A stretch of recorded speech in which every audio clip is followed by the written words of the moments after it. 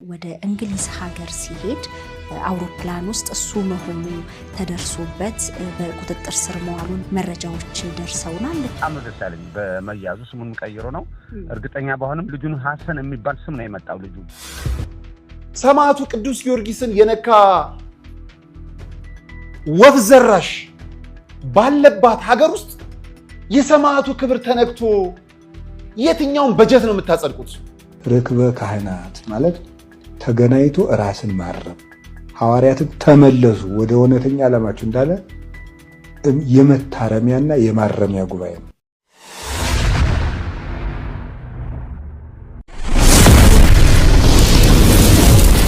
አሰቃቂ ሁኔታ በግብጽ ካይሮ ከተማ ህይወቷ ያለፈው ሙሽራ የግለሰብ ራሱን ቀይሮ ኢትዮጵያ መግባቱን መረጃ እንደደረሳቸውና እንግዲህ በቁጥጥር ስር ውሎ ለፍርድ እንዲቀርብ የኢትዮጵያ ሕዝብ ይተባበረን እንደው ወንጀሉን የሚያደረገውንም ነገር ሰምቶ ይፍረደን ሲሉ እጅግ በተሰበረ ሐዘን ነበር ኑኑ ወይንም አዲስ እሷን ገና በ17 ዓመቷ ወደ ካይሮ እንድትሄድ ካደረገቻት እንደ እህትም እንደ እናትም ከተንከባከበች ጋር ቆይታ ያደረግ ነው።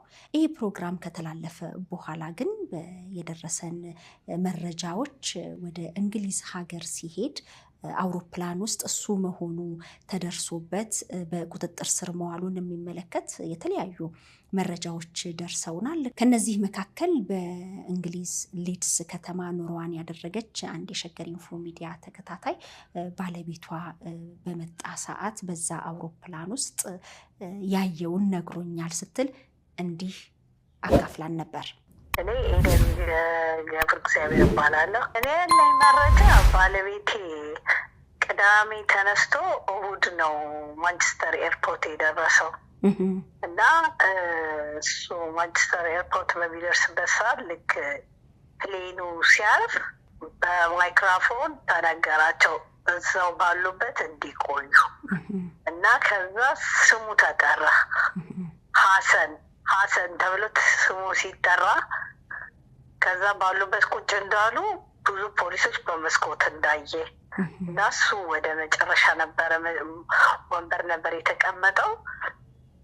ከዛ ልጁ ሄዶ እጅ ከሰጠ በኋላ ወደፊት ና የተባለ ልጁ ሄዶ እጅ ከሰጠ በኋላ እነሱ ሲወርዱ እንትኖች ሆስቴሶቹ እያወሩ ሰምቷቸው ታሪኩን አያውቅም ባለቤቴ። ግን ግብጽ ሀገር ባለቤቱን ገሎ እየመጣው ተያዘ ብለው ሲያወሩ ሰማቸው ሆስቴሶቹ። ያለው መረጃ ይሄ ነው። ሰማዕቱ ቅዱስ ጊዮርጊስን የነካ ወፍ ዘራሽ ባለባት ሀገር ውስጥ የሰማዕቱ ክብር ተነክቶ የትኛውን በጀት ነው የምታጸድቁት? ሰምተን እንምጣ እስቲ። ምንድነው? ጊዮርጊስ ተሰነጠቀ፣ ተገዘገዘ። ለራሱ ነው የተገዘገዘው፣ ለራሱ ነው። ይቅርታ አድርጉልኝ፣ ሐዋሳም እንዲህ ብያለሁ፣ ወጣት ስለሚበዛ ይሄንን ቃል ልጠቀመው። ጊዮርጊስ ምንድነው? ተገዘገዘ፣ ተሰነጠቀ፣ በመጋዝ ተሰነጠቀ፣ ተፈጨ ይሏል። ታዲያ ጊዮርጊስ ይሄን ቃል ሲጠቀም ለሃጃው ነው የተገዘገዘው፣ ለኔ አይደለም። ለኔ የተዋረደ አንድ ብቻ እርቃኑን በሰማይና በምድር ፊት የተንጠለጠለ አንድ ብቻ፣ ለኔ የተገረፈ አንድ ብቻ፣ ለኔ ደሙን ያፈሰሰ አንድ ብቻ። በጣም በሚያስደነግጥ በሚያስገርም መልኩ የሚናገሩትን የማያውቁ ለሚሰብኩት የማይጠነቀቁ የዕለት ጉርስ ከሞላላቸው እውር ድንብር ከተከተላቸው አፋቸውን የሚከፍቱ እልፎች ናቸው። ሰማዕቱ ቅዱስ ጊዮርጊስ እኮ ለሰይጣን አልገዛም ብሎ ነው 7 አክሊላትን የተቀናጀው። እንዳንተ ተሳድቦ አልመሰለኝም። ክርስቶስ መመለክ አለበት ብሎ በምድር የሚመለክ ድራጎንን እኮ ነው የጣለው። ከኔ ሌላ አምላክ አታምልክ የሚለውን አምላካዊ ቃሉን ለመሙላት ለማክበር ለማስከበር እኮ ነው በወጣትነት እድሜው ክርስቶስን የተከተለው። ባንተ ባለህበት የእድሜ ማምሻ ላይ ሆኖ አይደለም አሉባልታ አዳራሽ ውስጥ ገብቶ የሚያወራው። ሰው መጽሐፍ ቅዱስ ይዞ እንዴት ነው የሚሳደበው? እንዴት ነው ቅዱሳኑን የሚያዋርደው? እኔ ለመቀደስ እኔ ጻድቅ ነኝ ጻድቅ ያለው የሚል ራሱን ጻድቅ ብሎ የሚያስብ ከጎኑ ያለውን እንዴ! እርግጥ ነው በእናንተ ቤት በእናንተ አስተምሮ ክብር የለም፣ ብር ብቻ አይተናል። ጥሩ ሱፍ ካልለበሳችሁ ከፊት አትቀመጡም የሚል፣ ጥሩ የለበሳችሁ ወደፊት ኑ፣ የ1 ሚሊዮን ብር እራት የምትበሉ የሚባል። አዎ ከዝንብ ማር አይጠበቅም። ግን ወዳጄ አንተ አስተምሮን እንድታስተካከል ሳይሆን አንተን የሚያስተካክል ሕግ ያለባት ሀገር ብትሆንም ሕግን የሚያጣምሙ ሰዎች ጋር ስላለ ጀንበር ይጠልቅባቸዋል። ከፖለቲካ ጋር የሚከስም ሐሳቦች ጊዜ ይፈቷል። ግድ የለም እንደናንተ አይነቱን የምድር ርዝራዥ አድርጎ እግዚአብሔር በምድር የሚያስቀምጠው ምናልባትም ለምሳሌነት ነው። እግዚአብሔርን በስሙ ይቀልዱ የነበሩ ሰዎች ምን እንደሚሆኑ ለማሳየት ነው። ከዛ በዘለለም ነገር የለም።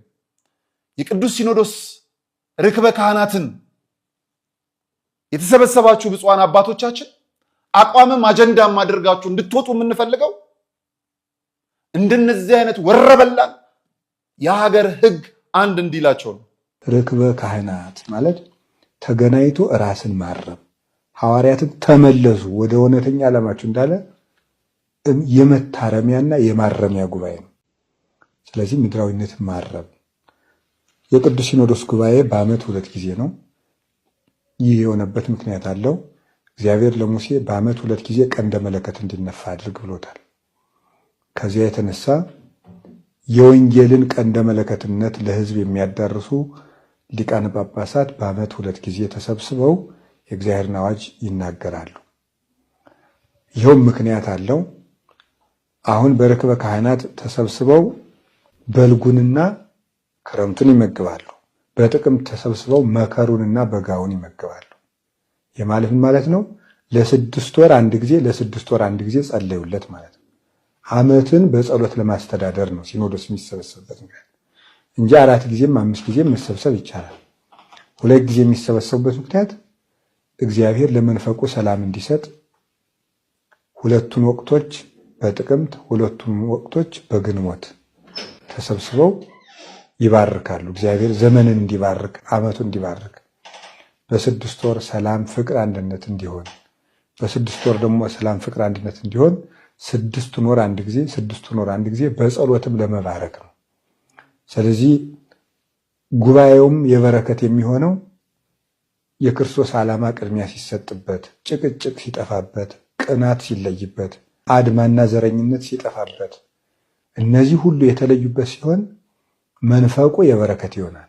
የሚበቅለው የተባረከ ሰውም ያለ ጊዜው ውሃ የማይወስደው መብረቅ ወርዶ ሰው የማያጠፋበት የማይገዳደልበት አዝመራው የሚይዝበት ምድር የሰጧትን የምታበቅልበት የበቀሉት የሚያፈሩበት ያለ አዝመራ የማይቀርበት በቅሎ የሚያፈራው እህል በጥቅምት ሲሰበሰቡ ደግሞ ተበልቶ ጤና እንዲሆን ደዌ እንዳይሆን የሚባርኩበት ጊዜ ነው።